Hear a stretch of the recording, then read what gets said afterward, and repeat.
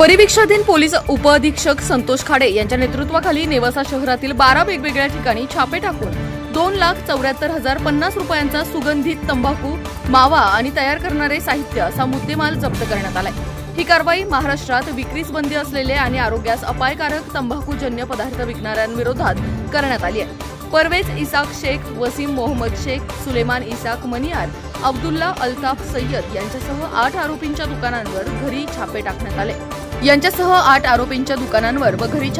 आले। या प्रकरणी पोलीस हवालदार अजय साठे यांच्या फिर्यादीवरून संबंधित आरोपींविरुद्ध विविध कलमांनुसार गुन्हे दाखल करण्यात आले। या कारवाईसाठी 12 पोलीस पथकांची निर्मिती करण्यात आली होती। ही यशस्वी कारवाई जिल्हा पोलीस अधीक्षक राकेश ओला, अप्पर पोलीस अधीक्षक वैभव कलबुर्गे व डीवायएसपी सुनील पाटील यांच्या मार्गदर्शनाखाली करण्यात आली।